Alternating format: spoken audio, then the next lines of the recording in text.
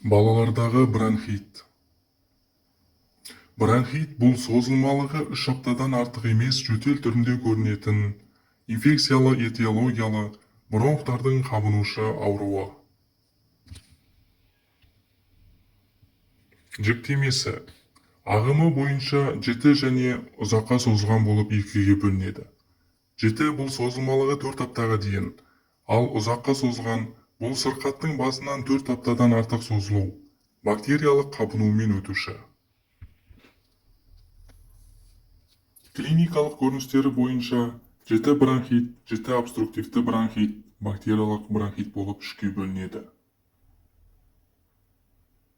Шағымдары: жөтел, ысқырықты тыныс алу және әлсіздікке шағымданады. Физикалық зерттеп қараулар: жиілеген немесе қиындаған тыныс алу.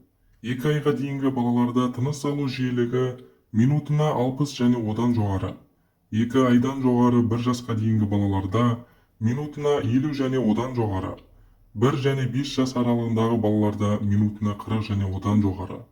5 жастан жоғары балаларда минутына 28-ден жоғары болады. Кеуде қуысының төменгі бөлігін тарту және аускультативті белгілер: бронхлы қатты тыныс алу, қырылдар естіледі. Аускультация кезіндегі дыбыстарды тыңдайық.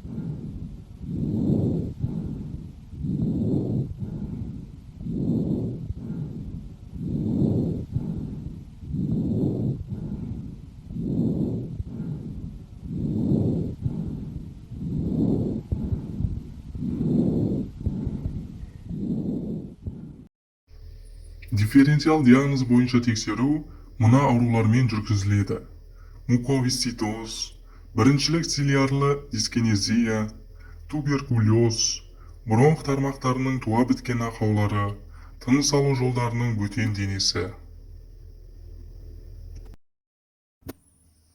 Дәрі-дәрмекпен емдеу: ингаляциялық бронходилататор, сальбутамол.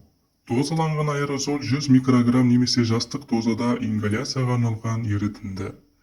Қолдануына байланысты ересектер мен 12 жастан жоғары балаларға бронхыны кеңейтуші құрал ретінде ішке 2-4 мг 3-4 рет тәулігіне, қажет болған жағдайда доза 8 мг 4 рет тәулігіне дейін көтерілуі мүмкін. 6-12 жастағы балаларға 2 мг 3-4 рет тәулігіне, 2-6 жастағы балаларға 1-2 мг 3-4 рет тәулігіне. Ипротропия, бромид, фенотерол 20 мл тәулігіне 2 рет жастық дозада тағайындалады. Қорғалған пенициллин, амоксициллин плюс клавуланды қышқыл. Ішке қабылдауға арналған суспензия 125 мг 5 мл. Пайдалану жолы: 45 мг килограммға тәулігіне 2 рет.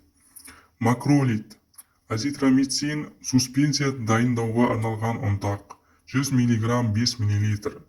Пайдалану жолы: 5 мг килограммына тәулігіне 1 рет. Антипиретик, парацетамол. Пайдалану жолы: балалар үшін 1 реттік ішке қабылдау дозасы 10-15 мг килограммға. Тік ішекті қолдану кезінде орташа 1 реттік доза 10-12 мг килограммда құрайды. Шұғыл емдеуге жатқызуға арналған көрсетілімдер. Бөтен денеге күмән болған жағдайда бронхоскопия жүргізу үшін. Кеуде қуысының төменгі бөлігінің тарылуымен және тыныс алудың жиілеуімен тыныс алу жетіспеушілігінің артуы. Ауыр респираторлық дистресс. Тыныс алу кезіндегі айқын ыңғайсыздық немесе емізудің ауырлауы, тамақ және сұйықтықты қабылдаудың қиындауы немесе сөйлеудің қиындауы. 2 айдан кіші жастағы барлық балалар жатады.